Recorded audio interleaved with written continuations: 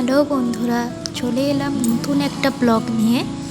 তো দেখো, তোমাদের দাদা যখন দুপুরবেলায় খেতে এসেছিল, তো আসার সময় চিকেন নিয়ে এসেছিল। তো ওইটা ধুয়ে ম্যারিনেট করে নিচ্ছি।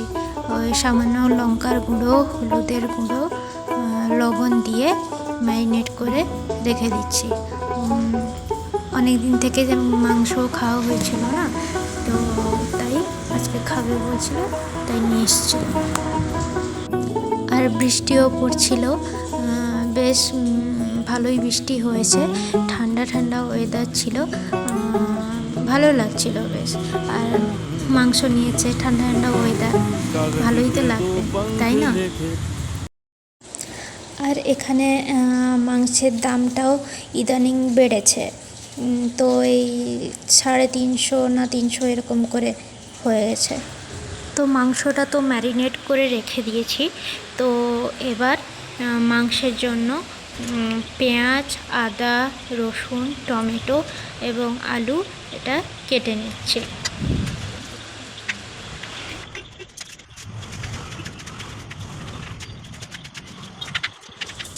তো দেখো, মাংসের জন্য এখানে সমস্ত কিছু মশলাপাতি কেটে নিয়েছি। আর মশলা যে পেস্টটা, ওটাও করে নিয়েছি। তো এবার মাংসটা রান্না করে নেব।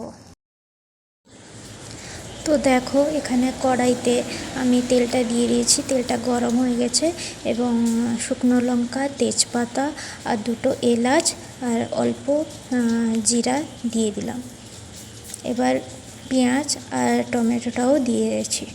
তো পেঁয়াজ আর টমেটোটা একটু ভাজা ভাজা হয়ে যাক, দিলে আদা রসুন পেস্টটাও দিয়ে দেব। আর সামান্য একটু নুন দিলাম, দিলে পেঁয়াজটা তাড়াতাড়ি মরে ভাজা গেছে। হয়ে এবার যাবে। এতে আমি তার জন্য আদা রসুনের পেস্টটা দিয়ে ভেজে নেব।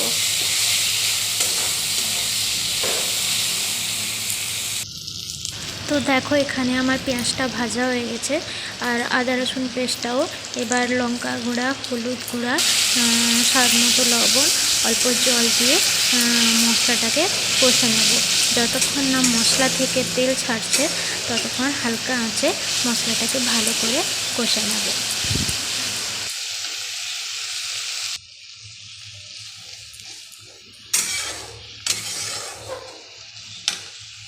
দেখো, এখানে আমার মশলা থেকে তেল ছেড়ে গেছে। এবার আমি মাংস আর আলুগুলো এখানে দিয়ে দেবো।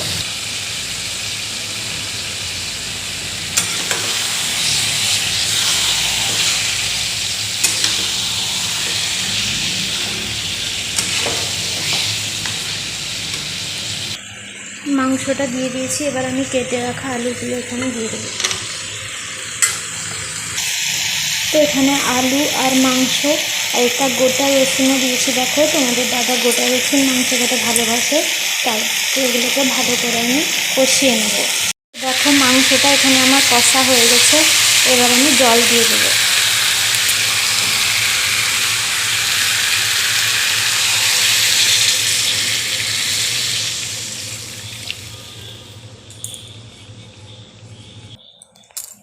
তো আজকে রাত্রে চিকেন কষা আর রুটি খাবো সবাই। তো মাংসটা তো বসিয়ে দিয়েছি, দেখলে তো। মাংসটা হতে থাক, ততক্ষণে আমি আটাগুলো মাখিয়ে নিই। তো এই যে এখানে আমি আটাটাও মাখিয়ে নিয়েছি আর মাংসটাও প্রায় হয়ে এসছে।